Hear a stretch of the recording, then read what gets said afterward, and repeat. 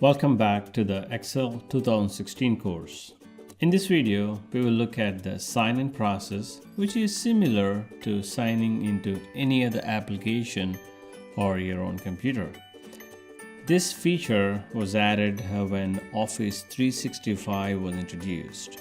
So let's look at it. Let us first look at how we can locate Excel 2016 on your computer. This is Windows 10 and you have a couple of ways to do it. Go to Start and if you have recently accessed Excel, it would be listed under Most Used, or you can scroll down a little bit. If it's not found there, Excel starts with E, so it's listed under E. It's Excel 2016. You can directly just click on it and that would launch Excel. Now but every time you want Excel, that's the route you take. But you could create shortcuts. Go to Start. Excel is listed here. Right click on it and do Pin to Start. This would add a shortcut to your Start. So Start, it's right there. And there's another. You could also add shortcut to your taskbar. Right click on it. If it's not listed here, go to More. Then it says Pin to Taskbar. Click there. Boom. Now you have it here as well. So you could go to Start, click on the Excel icon, and you have Excel open. You could directly click the Excel icon on your taskbar. Now Excel is open as well. The option to sign in is at the top right corner. Click on it. That should prompt you with the sign-in screen. So from here, you would use your personal credentials, or you could also use your corporate credentials to connect to SharePoint. And we'll see what it means connecting using your personal versus corporate when we try to save the documents. So from here, let me log in.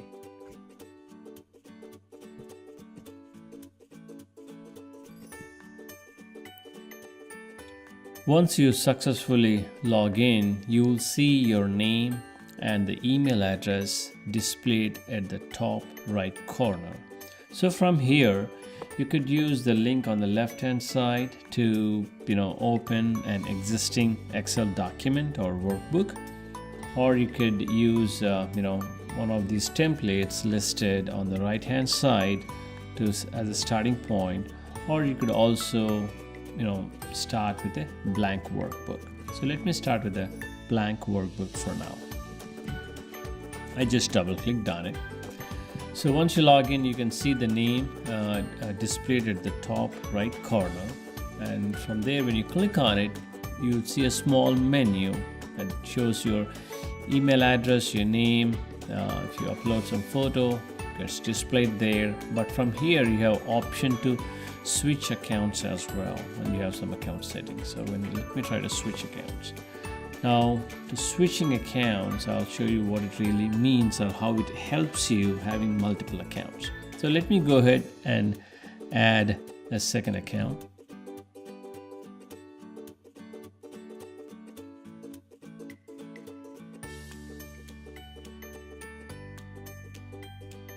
So now once you log in, now my second account got displayed here, Excel Training 2.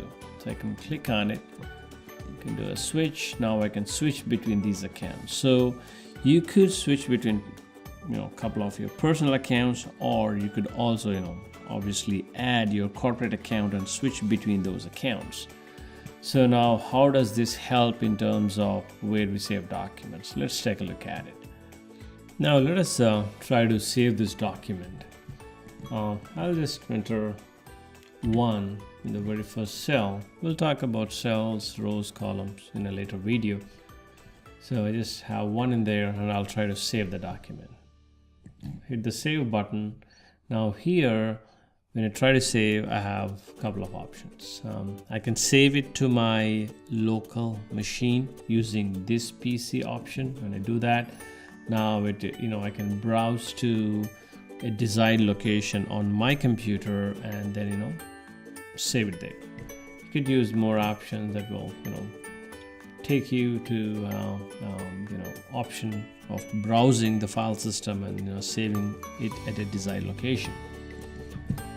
Or you could use one of the OneDrive locations that we have added.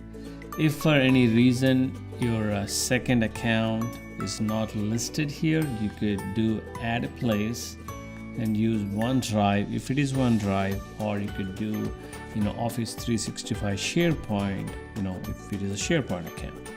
So click on that. That should prompt you with the sign-in screen. Enter your credentials, boom, your account or your SharePoint or your OneDrive gets displayed there. Let me pick excel.training1@hotmail.com OneDrive account, and from here I can just give a name.